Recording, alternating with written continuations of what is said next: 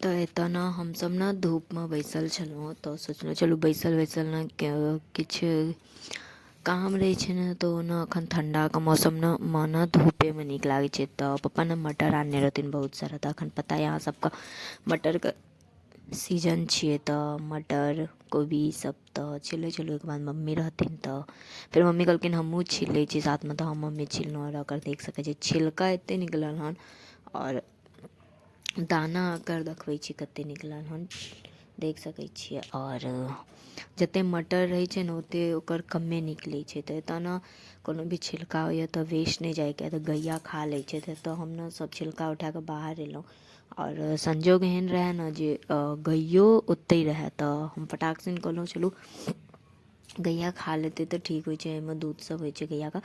तऽ एतऽ ने हम राखि देलहुँ हन और तुरंत गैया देख सकै छियै, तुरंत गैया एलै और ओ खाय लगलै। तऽ और ओहिके बाद ने एतऽ धूप छै, 3 साढ़े 3 बाजै छै दुपहरके। एतऽ देख सकै छियै केओ कतहु नहि छै ज्यादा लोग और सब एहि दुपहरमे की करतै निकलि कऽ।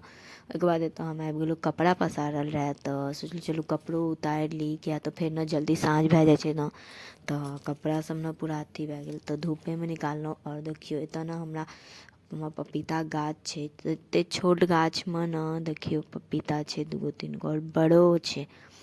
और एतौ छै तऽ अहियोमे पपीता गाछ छै, अहियोमे पपीता आबै छै। तऽ देख सकै छी हमरा पूरा बगानमे लीची आम सबके गाछ